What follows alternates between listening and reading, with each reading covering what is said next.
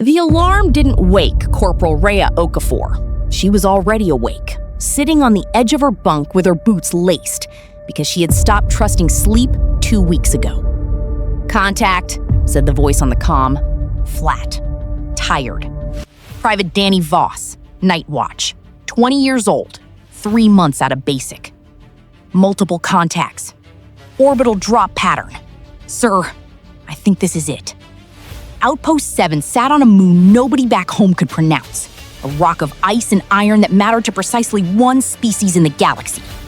The Crescent, who needed its buried tritium deposits to fuel their war machine, and humanity, who had been ordered to make sure they didn't get it. 9 soldiers, 1 listening post.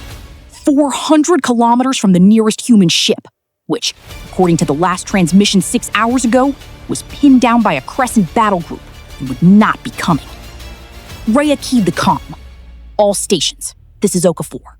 Command's dead, the relay's dead, and we've got a fleet inbound. I want honesty, not heroics. Tell me what we have." Sergeant Ibrahim Al-Sayed answered first, from the armory. 6 rifles, 2 mortars, 40 rounds between them. The particle cannon's still down. Mercer's been fighting that coil for 3 days. "It's not the coil," came Specialist Ren Mercer's voice, muffled, like she was talking with a tool in her teeth. "It's the capacitor housing. Crescent voltage standards are garbage, and our replacement parts don't match. I need 4 more hours." "We don't have 4 hours," Voss said. "I'm reading full assault craft, 6 of them. Entry burn in 11 minutes. 9 minutes of silence would have killed them. Rhea didn't give them 9 minutes. Al-Sayed, get the mortars to the ridgeline, north and east. Interlocking fire on the flats. That's the only place 6 troop carriers can put down without cracking their holes on the ice ridges. Voss, you're spotting for them, and God help you if you flinch. Ito, Palmer, you're with me on the trench line.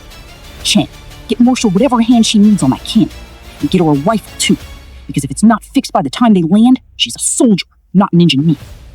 "Copy," said 6 voices, more or less steady.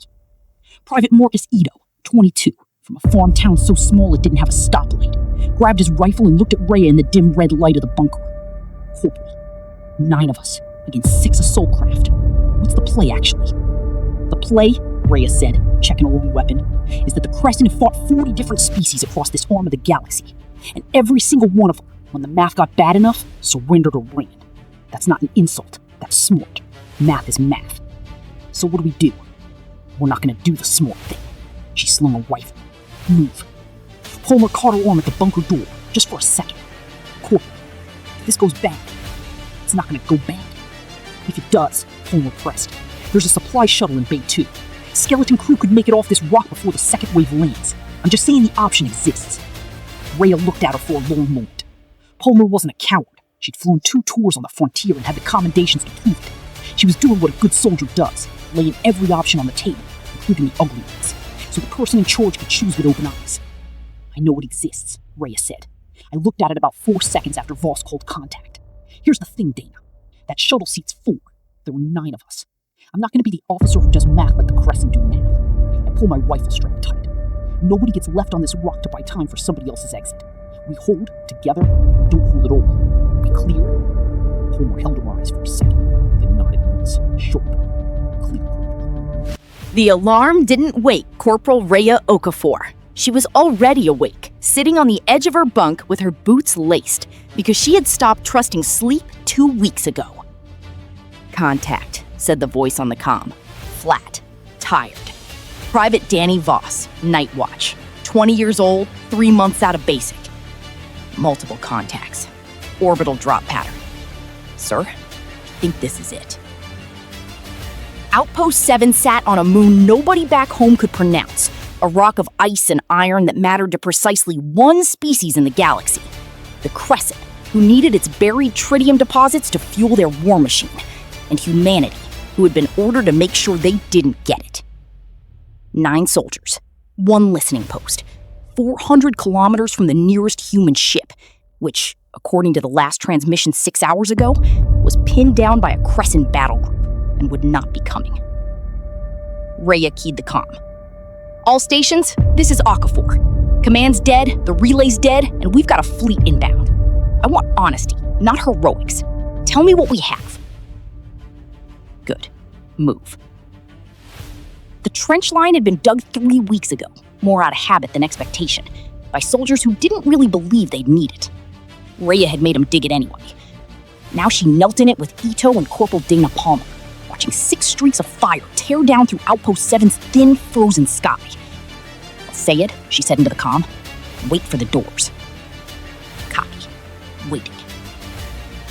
The crescent dropped fast and hard, the way an enemy drops when they've never once needed to be careful. 6 troop carriers hit the flats in a rough line, kicking up curtains of ice dust, and Rhea watched the boarding ramps begin to lower before the landing struts had even finished settling. "Now," she said. Al-Sayed's mortars answered. 2 rounds, aimed not at the carriers, their hulls could shrug off worse, but at the open ramps, where 100 Crescent soldiers were about to walk into open air for the first time in this fight. The explosions weren't precision strikes. They didn't need to be. They were chaos, thrown right into the doorway at the exact second the enemy was most exposed and least ready. The flats erupted into screaming alien voices and scattered fire. Rhea rose just far enough to sight down a rifle. "Ito, Palmer, pick your lanes and don't waste a shot. We are 9 rifles against 100 bodies. Every round has to count for something." It was not a fair fight. It was never going to be a fair fight. For the next 6 minutes, it was a slow fight. Slow was the only currency Rhea had to spend. Keen Rhea was open fight, with their doctrine of numbers not numbers. 40 other wolves, their doctrine having counted for was 9 planets were already decided, individually without discussing it. They weren't leaving us rich, alive or dead in anything other than rolling with business. He's flanking. They're flanking the wrong position. I killed 15. Sayed, pull back to the second.